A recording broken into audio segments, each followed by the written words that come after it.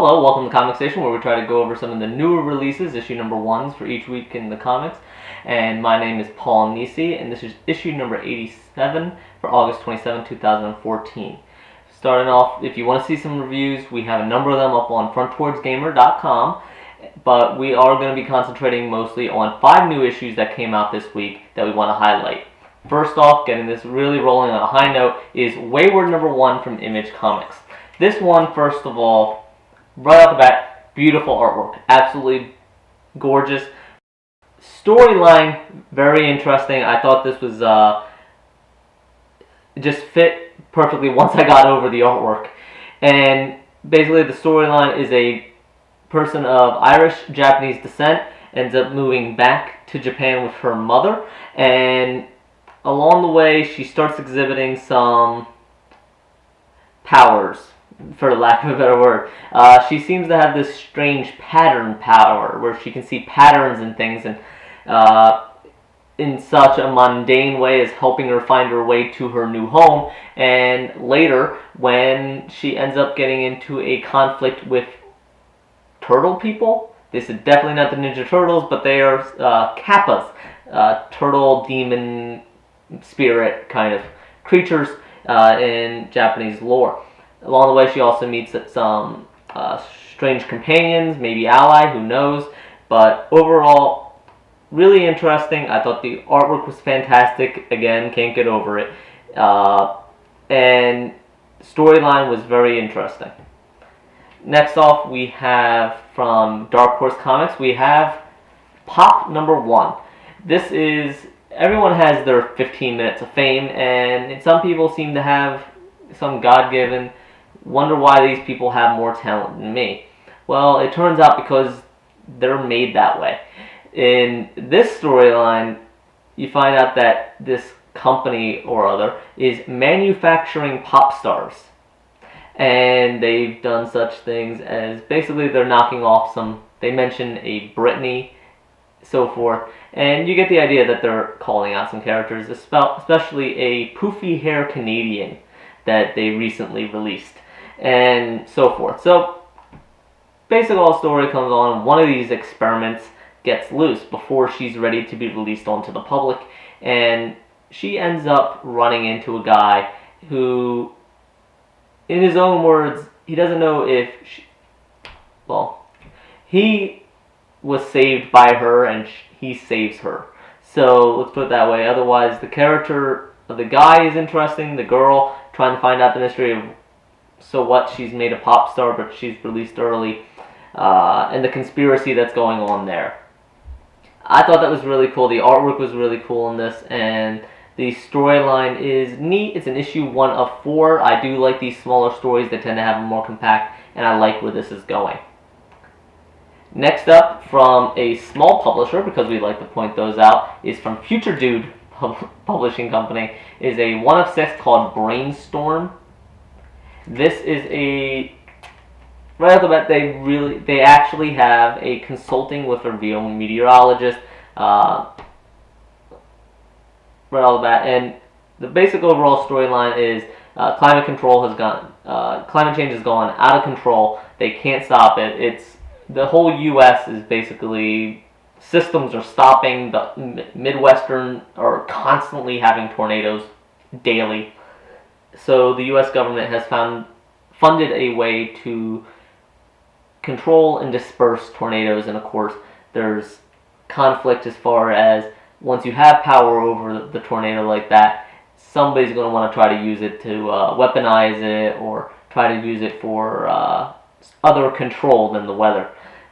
If you control the weather, you have control of a lot of power. So, interesting premise. It's been done before in movies. It's been, the idea of controlling the weather has been thought of a lot. And honestly, it just kind of dragged a little bit with text-heavy basis that drug along things that didn't seem to progress the storyline. So the pacing was off, definitely. Interesting story, flawed execution probably would be my overall summary of this, of Brainstorm. Next up from Dark Horse Comics is Sundowners #1. This one, it's a support group for superheroes who may not be superheroes. You're not quite sure, because not only are they all, their sanity is questionable, points of view, what they're seeing, what they're doing, but also even their counselor has his own problems. It opens up with that.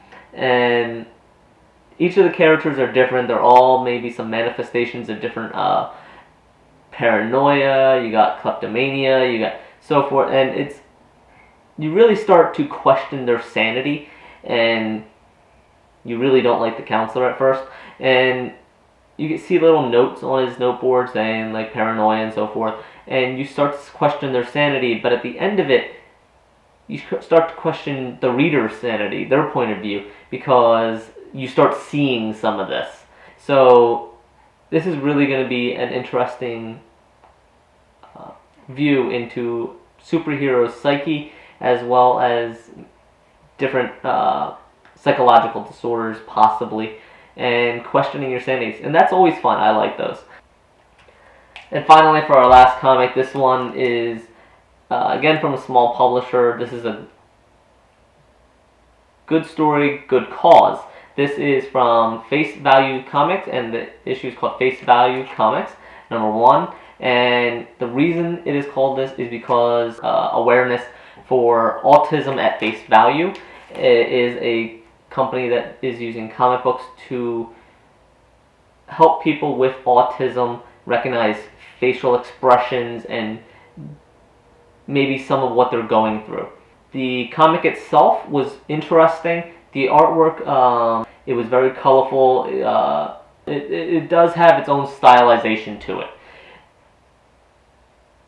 But I really thought the depiction of the main character who has autism and some of the things that he goes through, this is a steampunk kind of futuristic world, aliens.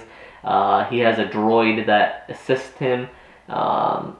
He has classmates, and they all have their own personalities, which I think, not being the expert, but I think that they all reflect something that somebody with autism, when they're reading this, would also enjoy. And the depiction of his autism in this book is an interesting take. They don't make him weak or anything like that. He's a strong character. He does have this issue where when he gets flustered, he thinks upside down. So his thought bubbles come in upside down. I thought that was an interesting viewpoint for something that most people can't relate to.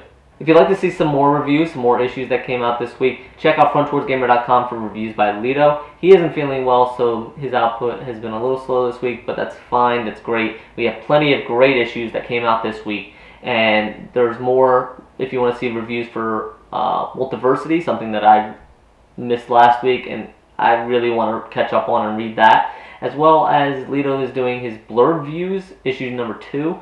This is short paragraph or two reviews of comics that he didn't feel like needed a full review, but still wanted to get the opinions out there. And in blurb views issue #2, he covered Genius, The Wicked and Divine, and Supreme Blue Rose. So go on frontwardsgamer.com and check those out. As always, every week we try to cover the new releases, and thank you for watching, and we will see you next week for issue #88, and we're going to be thinking of some special things for issue #100 that's going to be coming up crazy too soon. Thank you.